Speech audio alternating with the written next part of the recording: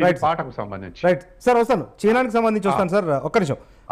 Right, మనతో పాటు BJP spokesperson Prem Gandhi garu ఉన్నారు. ప్రేమ్ గాంధీ గారు నమస్తే అండి. నమస్కారం అండి. రైట్, చిహ్నం గురించి కానీ లేకపోతే తెలంగాణ రాష్ట్ర గీతం గురించి కానీ ఈరోజు సీఎం గారు స్వయంగా కొన్ని రాజకీయ పార్టీలను, ప్రజా సంఘాలను, తెలంగాణ ఉద్యమకారులను వాళ్ళందరినీ కూడా పిలిచి వాళ్ళ అభిప్రాయాలను కూడా సేకరించారు. ఇక నేడో రేపో గేయం కానీ చిహ్నం కానీ విడుదలయ్యే ఛాన్సెస్ ఉన్నాయి, అంటే జూన్ 2కు విడుదలయ్యే అవకాశాలు ఉన్నాయి. అధికారికంగా గేయం కానీ చిహ్నం కానీ ఇంకా బయటికి రాలేదు, కానీ మీడియా సాధనాల ద్వారా కొన్ని చిత్రాలు, ఆ పాట బయటకు వచ్చింది. ఏంటి బీజేపీ అభిప్రాయం?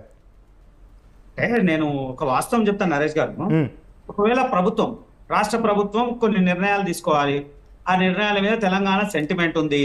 సెంటిమెంట్ ఉన్నప్పుడు గేయం గురించి సంబంధించింది అందశ్రీ గారిని ఎట్లయితే కీరవాణి గారిని కూర్చోబెట్టి మాట్లాడినటువంటి ముఖ్యమంత్రి, అంటే అదేదో నేను మీడియా సమావేశాల్లో చూసినా కీరవాణి ఆడనే ఉన్నాడు, అందశ్రీ ఆడనే ఉన్నాడు, వాళ్ళిద్దరిని కూర్చోబెట్టి గేయానికి సంబంధించిన అంశం మాట్లాడుతున్నారు. సంతోషం, పర్వాలేదు.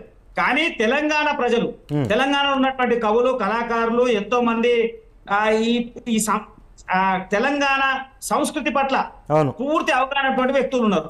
కొంతమంది వ్యతిరేకిస్తున్నారు, కొంతమంది దాన్ని ఏదో మాట్లాడుతున్నారు. వీళ్ళందరినీ కూర్చోబెట్టి మాట్లాడాల్సినటువంటి అవసరం రాష్ట్ర ప్రభుత్వానికి, ముఖ్యమంత్రికి ఉంది కదా అండి. అది లేకుండా ఇష్టంగా నేను చెప్పిందే పాలన, నేను అన్నదే నిర్ణయం అనేటువంటి వాతావరణం సమంజసం కాదు. కొంతమంది అంటే రచయితలు కానీ లేదా మ్యూజిక్ డైరెక్టర్లు కొంతమంది తెలంగాణలో ఉన్నటువంటి వాళ్ళందరూ కూడా వ్యతిరేకిస్తున్నారు. వ్యతిరేకించినప్పుడు ఎవరెవరు ఉన్నారు అసలు ఈ తెలంగాణ రాష్ట్రంలో ఇప్పటి వరకు? సినిమా రంగంలో కానీ, కళారంగంలో కానీ రచయితలు కానీ ఎవరున్నారో కూర్చోబెట్టి ఒక 4, 5, 10 మంది పేర్లు తీసుకొని వాళ్ళందరితో కూర్చోబెట్టి సామరస్యంగా జరిగేటువంటి వాతావరణం ఉంటే బాగుంటది. అది కాకుండా మనం ఏదో ఇద్దరమే కూర్చున్నాము, ఈయన గీతం అంటే ఎవరి సొంతం కాదండి, రచన ఎవరికి సొంతం కాదు.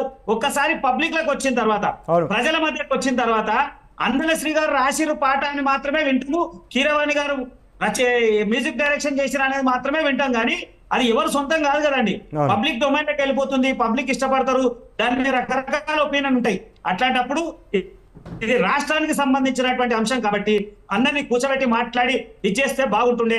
అది చేయకుండా మళ్ళా గత ప్రభుత్వం చేసినట్టు, ఎవరైతే బీఆర్ఎస్ ప్రభుత్వం కేసీఆర్ చేసినటువంటి ఆయన చేసిన దానికి నేను వ్యతిరేకం చేస్తా, ఆయన ఎస్ అంటే నేను నో అంట, ఆయన ఇది చేస్తే నేను ఏం చేస్తా అనేటువంటి వాతావరణంలో ప్రజాపాలన జరిగితే మంచిది కాదండి. మొదటి నుంచి చెప్తా ఉన్నారు ముఖ్యమంత్రి గారు, ఇది ప్రజల పాలనడు. ప్రజల అభిప్రాయ సేకరణ కంపల్సరీ అవసరం.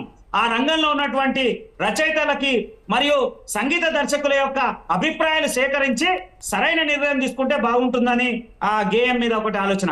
అలాగే చిహ్నం అంటున్నారు, చిహ్నంలో ఒక మాట మాట్లాడుతున్నారు, రాజరిక పాలన కనబడతా ఉంది, లేదా చార్మినార్ అంటా ఉన్నారు, లేదా మన కాకతీయ కళాతోరణం అని అంటా ఉన్నారు.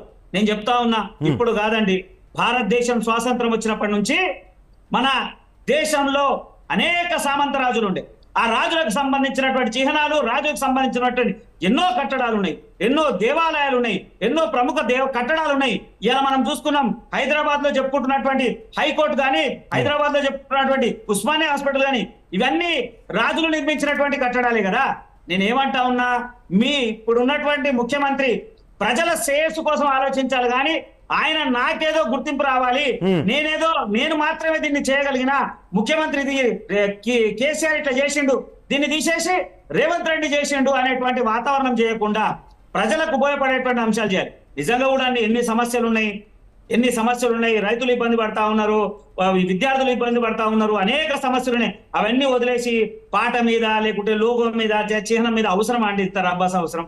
నిజంగా చెప్తా ఉన్న ముఖ్యమంత్రి ఇట్లాంటి చిన్న చిన్న విషయాలకి ప్రభుత్వమైనటువంటి విలువైనటువంటి సమయాన్ని వృధా చేయడం సమంజసం కాదు.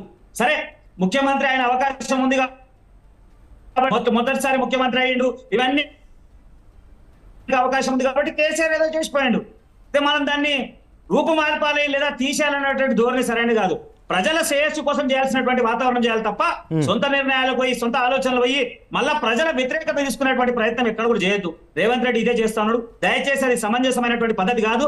దీన్ని వెంటనే నేనేమంటా ఉన్నా అంటే సమయం తీసుకొని, ఇప్పుడు రేపు జూన్ 2 తారీఖే దీన్ని చేసేస్తాము, రేపు చేస్తామని కాదు, నిజంగా కొంత సమయం తీసుకొని అందరి అభిప్రాయాలు తీసుకొని సరైనటువంటి సూచన చేస్తే బాగుంటది, చేయకపోయినా పర్వాలేదు అనేటువంటి ఆలోచన నాది. Right okay. మనతో పాటు ప్రముఖ రాజకీయ విశ్లేషకులు డాక్టర్ అంతసత్యం గారు ఉన్నారు. అంతసత్యం గారు, సరే, చైనానికి సంబంధించి